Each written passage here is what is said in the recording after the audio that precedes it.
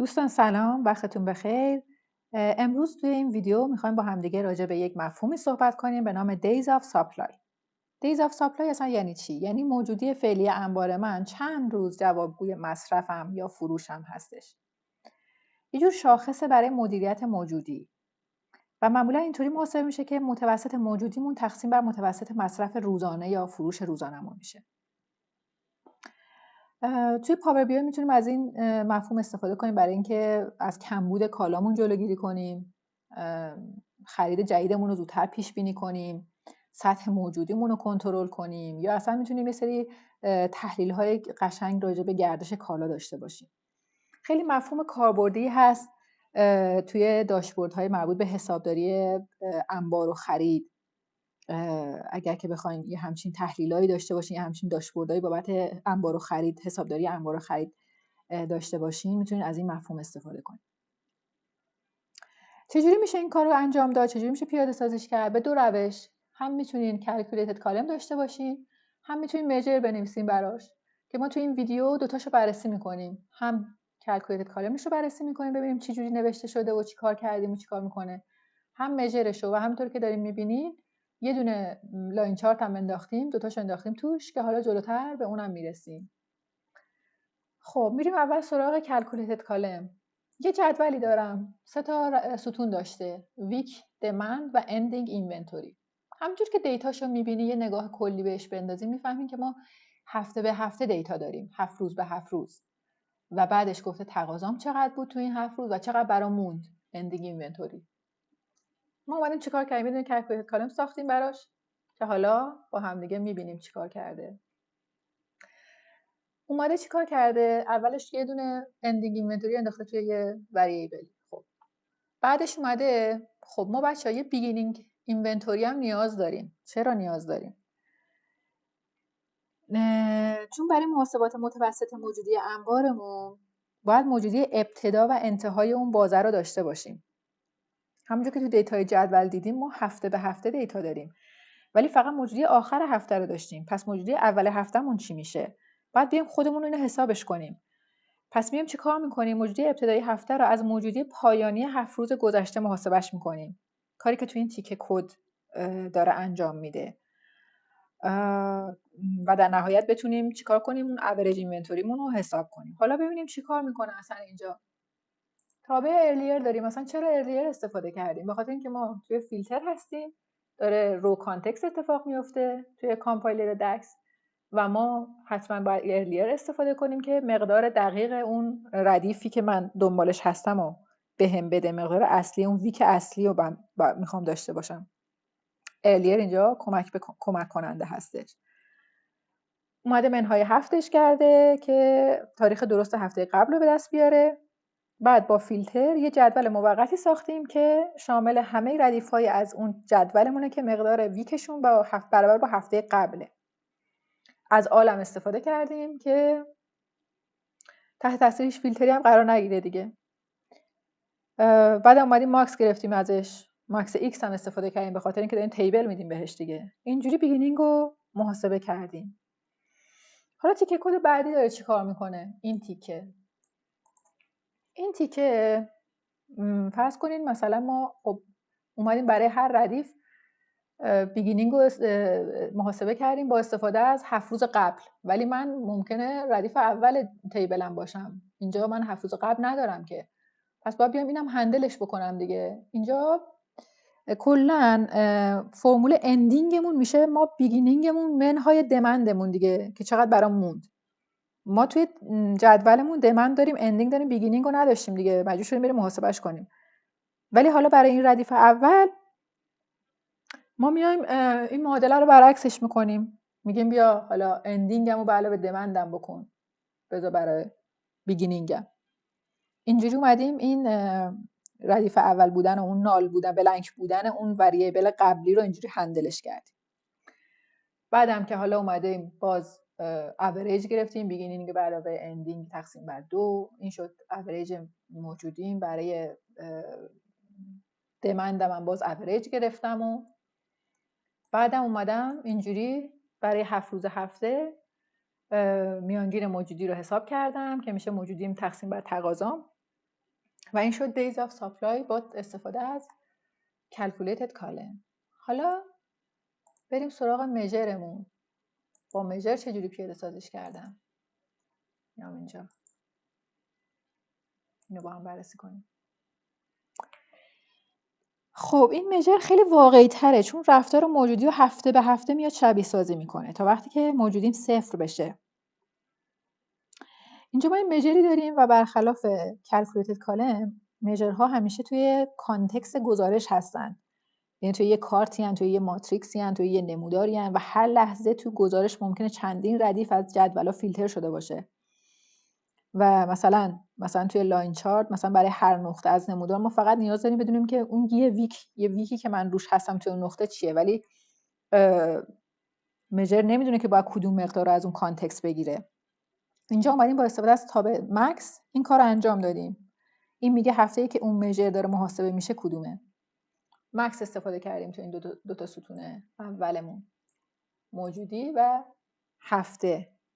شاید بگین خب چرا از سلکتد ولیو استفاده نکردی؟ مکس بچه‌ها خیلی مطمئن‌تر و مقاوم‌تره. حتی اگه چند تا ردیف گفتم که توی کانتکست باشن یه مقدار مشخصی رو برام برمیگردونه، اما سلکتد ولیو نمیتونه اینو هندل کنه. بلنک برمیگردونه و مژرمون رو خراب میکنه. حواستون به این موضوع باشه. هدف این 2 تا خط اینه که مژر برای هر نقطه از نمودار نیاز داره بدونه که تو کدوم هفته هستیم و موجودی پایانی همون هفتمون چقدره.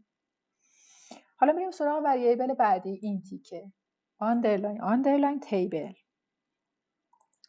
کلا برای محاسبه days of supply باید کاری شبیه این بکنیم که اینجا چقدر اینونتوری دارم و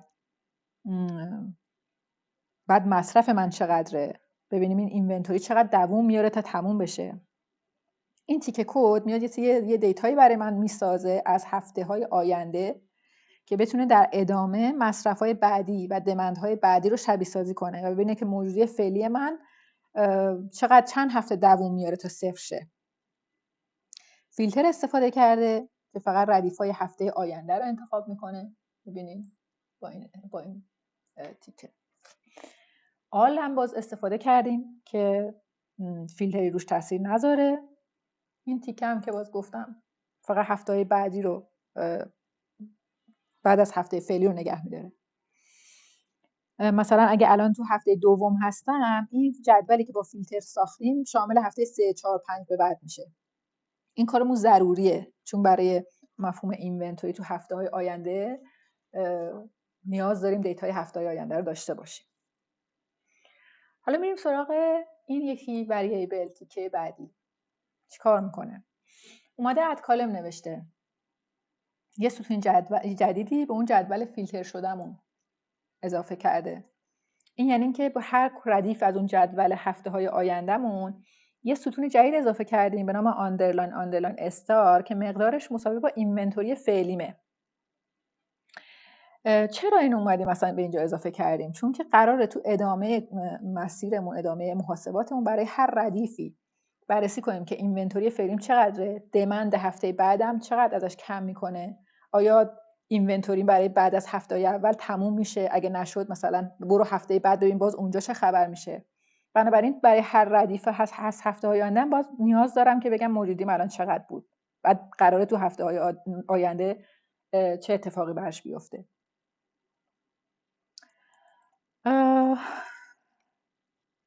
این تیکه یه بخش مهمی از کدمونه که داره محاسبه کاهش هفته به هفته رو انجام میده.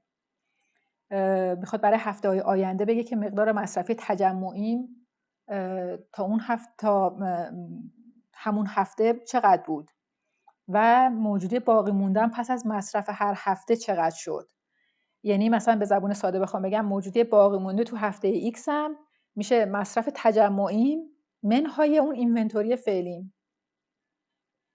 که این محاسبه خیلی میتونه واقعی تر شبیه سازی کنه days of supply رو. ضروریه این انجام این تیکه. اد کالم داخلی برای هر ردیف هفته مقدار تقاضای تجمعی تا اون هفته رو محاسبه میکنه، سام ایکس میزنه، جمع تقاضاهای هفته ها رو تو همون هفته است به دست میاره. یه ستون اضافه کرد اینجوری اینجا دیدیم. بعد یه دونه اد کالم دیگه باز اومدیم زدیم روی این که یه ستون لفت باز اضافه میکنه که موجودی باقی مانده رو بعد از کم شدن تقاضاها محاسبه میکنه. این بالا دیدین که موجودی رو دادیم بهش به این نام. اینجا اومده میگه حالا اون موجودی که داشتی این تقاضاها رو هم که محاسبه کردی بیا ازش کم کن، چقدر میمونه، چقدر لفت، چقدر موند.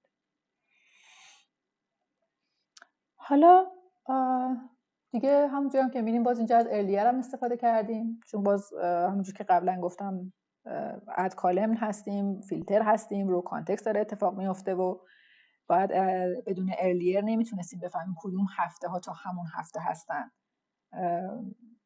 در مقدار دقیق و بهتر میتونیم محاسبه کنیم. حالا این تیکه میاد میگه که فقط هفته هایی که موجودی هنوز تموم نشده رو برام نگه دار، بریز تو این وریبل. این وریبل چی کار میکنه؟ میگه که بیا حالا اون محاسبه کرده که چند ردیف داشتم که هنوز موجودی داره، اینا میشه هفته هایی که موجودی دارم دیگه. هفته ها رو بشمار، ضرب در 7 کن، تعداد روزا رو برام به دست بیار که چند روز اینونتوری به طور کامل دارم و هنوز تموم نشده. 2 تا کار اینجا انجام دادیم. بعد از اون یه مینیمم گرفتیم، یه ماکسیموم. اینا یعنی مثلا پیدا کردن کمترین موجودی باقی مونده تو هفته‌ای که هنوز موجودی دارم که خیلی مهمه برای محاسبه روز دقیق باقی مونده تو هفته آخرمون، و همینطور پیدا کردن اولین مقدار منفی موجودی، یعنی هفته‌ای که اینونتوری تموم میشه. و همونجور که میبینید اومده اینجا یه فیلتر هم گرفته، گفته اونجایی که موجودی تموم شد منفی شد. پس یعنی چیکار کردیم؟ موجودی باقی مونده آخرین هفته رو که اونجایی که آخرین بار مثبت رو پیدا کردیم، مقدار مصرفی هفته‌ای هم که باعث منفی شده رو پیدا کردیم. بعد اینجا اومدیم ازشون نسبت گرفتیم، توی این متغیر ریختیم. هدفش چیه؟ هدفش اینه که روز اضافی تو هفته‌ای که هنوز موجودی تمام نشده رو برامون حساب میکنه. هدف این قسمت ها اینجوریه که مثلا محاسبه روز جزئی آخرین هفته آخرم ما میتونیم داشته باشیم. مثلا فرض کنیم که الان تو هفته چهارمیم، 3 هفته موجودیمون کامل داشتیم، تموم نشده. تو هفته سومم 3 روز اولش موجودی داشتم، روز سوم موجودی من دیگه 0 شده، داره منفی میشه. پس اگه این تیکه ها رو نداشتیم نمیتونستیم اون 3 روز هفته چهارم رو حساب کنیم.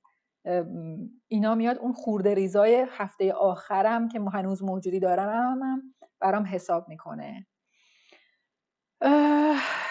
نهایتا هم اومدیم باز این 2 تا وریبل رو با هم جمع کردیم، همونجوری که توضیح دادم براتون. مثلا 3 هفته موجودی دارم و با اون خورده ریز روزم رو با هم جمع کردیم، برگردوندیم که بگیم حالا days of supplyمون چقدر شد. این هم شد از مژری که ما نوشتیم. حالا همونطور که میبینین انداختیمشون توی یه نموداری، با هم یه خورده تفاوت دارن. چرا تفاوت دارن؟ calculated column بچه تخمینیه ولی مژر ما واقعیه. همونجور که تو calculated column دیدیم ما همونجور اومدیم هی تخمین زدیم، مثلا بیگینینگ من باشه، مثلا فرض میکنم فلان باشه، فرض میکنم این باشه. calculated column یه مدل خیلی ساده است و فقط اینونتوری و دمند رو در نظر میگیره، به نوسانات واقعی مصرفمون توجهی نمی کرد.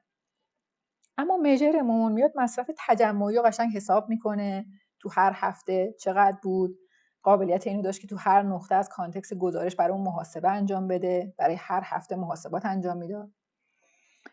بازم calculated column دیگه ثابته، ما محاسبهش کردیم، ولی مژر نه، داینامیکه، هر لحظه از گزارش هی محاسبه میشه.